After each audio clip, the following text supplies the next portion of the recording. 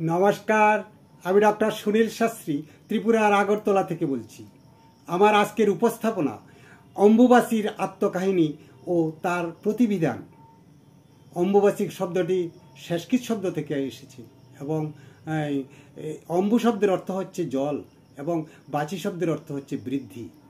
আর গ্রীষ্মের দাবদাহ থেকে বর্ষা নেমে আসা ধরিত্রী সিক্ত হয় এবং নবরূপে বীজ ধারণের যোগ্য হয়ে ওঠে এবং সেই সময়কেই অম্বুবাচী বলা হয়। ভারতবর্ষের আসাম রাজ্যে দেবী সতীর 51 পীঠের শ্রেষ্ঠ স্থান হচ্ছে কামাখ্যা মন্দির। 2025 সালে অম্বুবাচী শুরু হবে 22শে জুন থেকে 7ই আষাঢ় পর্যন্ত এবং বিশুদ্ধ সিদ্ধান্ত মতে অমাবস্যার যে প্রবৃত্তি নিবৃত্তি 22শে জুন সকাল 6টা 10 হতে 25শে জুন সকাল 8টা 10 পর্যন্ত।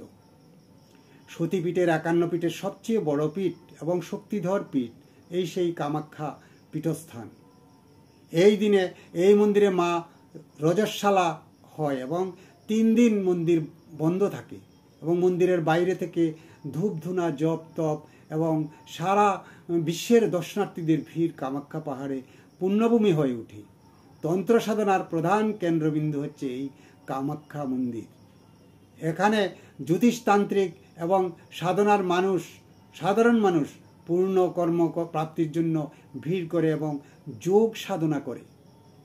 আর এই সময়ে ভূমিকর্ষণ, বৃক্ষচ্ছেদন এবং যে কোনো মাঙ্গলিক কর্ম থেকে নিষিদ্ধ করা হয় এবং শস্য শ্যামল উর্বর পৃথিবীর জন্য সন্তানগণ ধরণী মায়ের নিকটে এই 3 দিন প্রার্থনা করে যাতে ভবিষ্যৎ প্রজন্মে তার বুক থেকে উৎপন্ন শস্য খাদ্য হিসাবে গ্রহণ করে দুধে ভাতে বেঁচে থাকতে পারে।